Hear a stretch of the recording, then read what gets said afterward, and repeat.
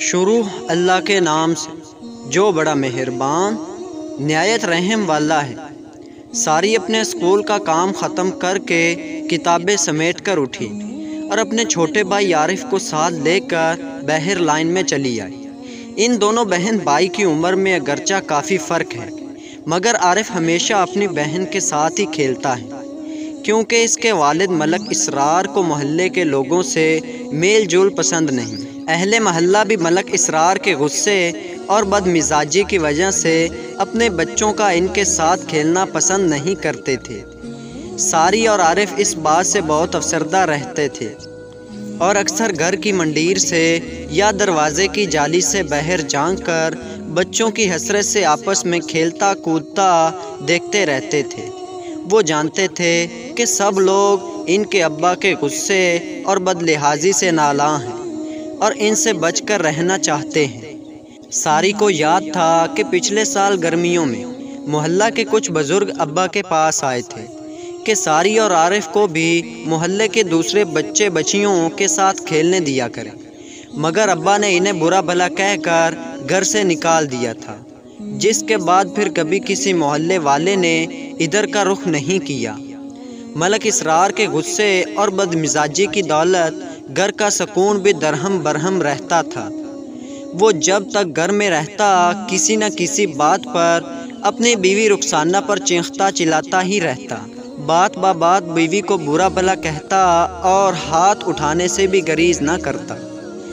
رخسانہ کے والدین کا تعلق معاشرے کے اس طبقے سے تھا جو اپنی سفید پوشی کا بھرم بڑی مشکلوں سے رکھ پاتے ہیں۔ وہ کل 7 بہنیں تھیں۔ ان کے والدین اگرچہ انہیں 3 وقت تر نوالے بھی نہیں کھلا پائے تھے، مگر تعلیم کے زیور سے سب بہنیں آراستہ تھیں۔ ان سب میں رخسانہ سب سے بڑی تھی۔ جب ملک اسرار کے گھر سے رشتہ آیا تو اس کے والدین نے یہ سوچ کر فوراً حامی بھر لی کہ ان کی بیٹی وہاں عیش سے رہے گی۔ ملک اسرار ایک خوشحال گھرانے سے تعلق رکھتا تھا جہاں روپے پیسے کی کوئی کمی نہ تھی، مگر ان کا کنبہ پست ذہنیت رکھنے والا تھا۔ ان کے والد اور بھائی کسی بھی معاملہ میں جائز اور ناجائز کی تفریق کو خاطر میں نہیں لاتے تھے۔ بیویوں کے معاملے میں بھی خاصی تنگ نظر دکھاتے تھے اور انہیں پیر کی جوتی سے زیادہ اہمیت نہیں دیتے تھے۔ اپنے باپ اور بھائی کے مقابلے میں ملک اسرار زیادہ خود سر، بدتمیز، آوارہ صفت انسان تھا، جس کا اندازہ رخسانہ کو شادی کے ابتدا دنوں میں ہی اچھی طرح سے ہو گیا تھا۔ وہ اپنے شوہر کو برائی سے روکنے کی کوشش کرتی تو وہ اس کی تضحیق کرتا اور اسے بے دردی سے مارتا۔ رخسانہ نے کئی مرتبہ اپنے گھر والوں کو ساری باتیں بتائیں، مگر اس کی ماں نے ہمیشہ یہ کہہ کر اسے کوئی انتہائی قدم اٹھانے سے روک دیا کہ اگر اسے طلاق ہو گئی تو ہماری بڑی بدنامی ہوگی اور اس کی باقی بہنوں کی بھی شادی نہ ہو پائے گی، اس لیے وہ صبر سے کام لے، وقت گزرنے کے ساتھ ساتھ سب ٹھیک ہو جائے گا۔ معاشرے کے ڈر اور ماں باپ کی بدنامی کے خوف نے رخسانہ کو سب کچھ چپ چاپ سہ لینے پر مجبور کر دیا۔ ملک اسرار اس کی اس مجبوری کا ناجائز فائدہ اٹھاتا اور اسے طرح طرح سے اذیت پہنچاتا۔ معمولی باتوں پر وہ اسے اتنا مارتا کہ اس کے پورے جسم پر نیل پڑ جاتے اور وہ ادموئی ہو جاتی۔ وہ اکثر اسے اس کی تعلیم کا بھی تانا دیتا۔ البتہ وہ اپنے دونوں بچوں سے بہت محبت کرتا تھا، حالانکہ وہ کبھی ان کے ساتھ وقت نہیں گزارتا تھا، مگر ان کی تمام ضرورتوں کا خیال رکھتا تھا۔ ان کے لیے ہمیشہ مہنگے ترین کھلونے اور قیمتی لباس لاتا تھا۔ رخسانہ نے بھی کبھی بچوں کو باپ کے خلاف نہیں اکسایا تھا۔ وہ جانتی تھی کہ اس کا شوہر اس کے معاملہ میں ظالم اور سنگ دل ثابت ہوا ہے، مگر اپنے بچوں کو بے حد عزیز رکھتا ہے، خصوصاً ساری کو جو ان کی پہلی اولاد ہے۔ لیکن دونوں بچے باپ کی موجودگی میں ڈرے سہمے ہی رہتے تھے۔ ساری جب چھوٹی تھی تب اسے پتہ نہیں تھا کہ اس کا باپ اس کی ماں کو مارتا پیٹتا ہے۔ وہ ہمیشہ سوچا کرتی تھی کہ اماں کے چہرے اور جسم پر اچانک اتنی چوٹیں کیسی لگ جاتی ہیں، نیل کیسے پڑ جاتے ہیں۔ وہ جب ماں سے پوچھتی تو وہ کبھی جواب نہیں دیتی اور ہمیشہ اس کی بات ٹال دیتی۔ رخسانہ ساری کے سوالوں سے پریشان ہو جاتی اور سوچتی کہ وہ کب تک بچوں سے ان کے باپ کا یہ وحشیانہ چہرہ چھپا سکے گی۔ یوں بھی ساری اب چھوٹی بچی نہیں رہی کہ وہ بے مقصد باتوں سے بہل جائے۔ وہ اس سال 12 کی ہوئی، مگر دماغی طور پر وہ اپنی عمر سے زیادہ سمجھدار ہے۔ اس نے ضرور کوئی اندازہ لگا ہی لیا ہوگا۔ رخسانہ کا خیال بالکل درست تھا۔ ساری اب جان گئی تھی کہ اس کی ماں کی چوٹوں اور زخموں کا راز کیا ہے۔ جبھی اس نے ایک دن ماں سے بغیر کچھ کہے سنے اپنی ذمہ داری سنبھال لی کہ جب اس کے ابا امی کو مار پیٹ کر گھر سے باہر چلے جاتے تو وہ ماں کے پاس جاتی اور ان کی مرہم پٹی کرتی۔ ابتدا میں رخسانہ اس کو منع کرتی کہ کہیں ملک اسرار بیٹی کی ماں کے لیے ہمدردی دیکھ کر غصے سے بھڑک ہی نہ اٹھے، مگر جب ساری اس کے زخموں پر اپنے ہاتھوں سے مرہم لگاتی اور اسے دوا کھلاتی تو وہ سب بھول جاتی اور اسے بڑا سکون ملتا۔ ایک دن دوپہر میں ساری عارف کے ساتھ صحن میں کھیل رہی تھی کہ اچانک زور سے بیرونی دروازہ کھلا اور ملک اسرار اندر آیا۔ اس نے دونوں بچوں کو دیکھا اور بولا، چلو جاؤ اپنے کمرے میں جا کر کھیلو۔ دونوں بھاگ کر اندر چلے گئے۔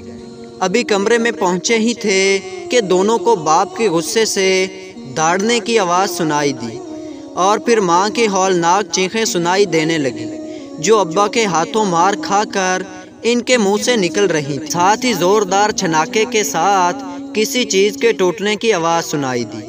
عارف نے ڈر کر اپنے دونوں ہاتھ کانوں پر رکھ لیے اور روتے ہوئے بہن سے کہنے لگا، آج ابا ہم سب کو مار ڈالیں گے، چلو ہم لوگ کہیں بھاگ جائیں۔ ساری بائی کے قریب آئی اور اسے گلے لگا کر کہنے لگی، نہیں، ہمیں کچھ نہیں ہوگا، ڈرو مت، میں ہوں نا تمہارے پاس، میں تمہیں بچا لوں گی۔ پھر زیر لب بڑبڑاتے ہوئے کہنے لگی، پتہ نہیں میں اماں کو ابا سے کب بچا پاؤں گی۔ تھوڑی دیر تک ابا کے چیخنے اور اماں کی سسکیوں کی آوازیں آتی رہیں اور پھر سناٹا چھا گیا۔ ساری نے چند لمحے انتظار کیا اور پھر بائی کو بستر پر بٹھا کر دروازے کی جانب بڑھی۔ اس نے آہستہ سے دروازہ کھول کر باہر جھانکا تو اسے اماں فرش پر بیٹھی نظر آئیں اور ان کے ماتھے پر بل بل خون بہتا دکھائی دیا۔ پاس ہی شیشے کا بڑا گلدان چکنا چور پڑا تھا جسے یقیناً ابے نے غصے میں اماں کو دے مارا تھا۔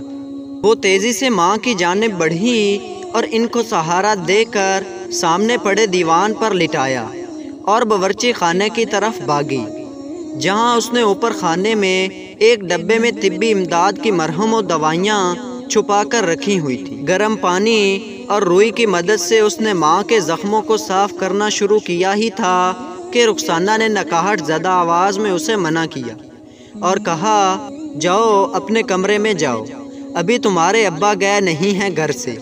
تب ہی ملک اسرار کمرے میں داخل ہوا اور ساری کو ماں کی مدد کرتے دیکھ کر پہلے تو حیران ہوا اور پھر آگ بگولا ہو کر رخسانہ سے کہنے لگا، اچھا تو تم خود کو مظلوم بنا کر میرے بچوں کو میرے خلاف کرنا چاہتی ہو، میں تمہارا حشر نشر کر دوں گا اگر تم نے میرے بچوں کو میرے خلاف استعمال کیا۔ تمہارے جیسی پڑھی لکھی عورتیں انہیں حرکتوں کی وجہ سے اپنے شوہروں کے ہاتھوں صبح شام جوتے کھانے کی حقدار ہیں۔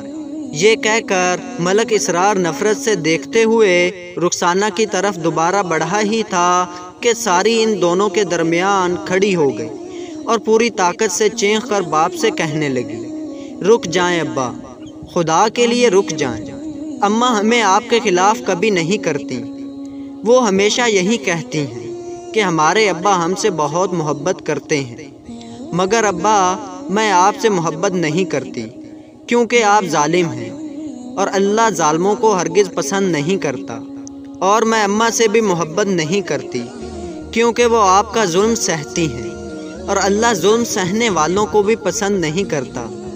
میں اماں کے زخموں کی مرہم پٹی اس لیے کرتی ہوں کہ جب میں بڑی ہو جاؤں گی تو میری بھی شادی ہوگی اور میرا شوہر بھی مجھے اسی طرح مارے گا، تب میری بیٹی بھی میری طرح اپنے ماں کی مرہم پٹی کرے گی۔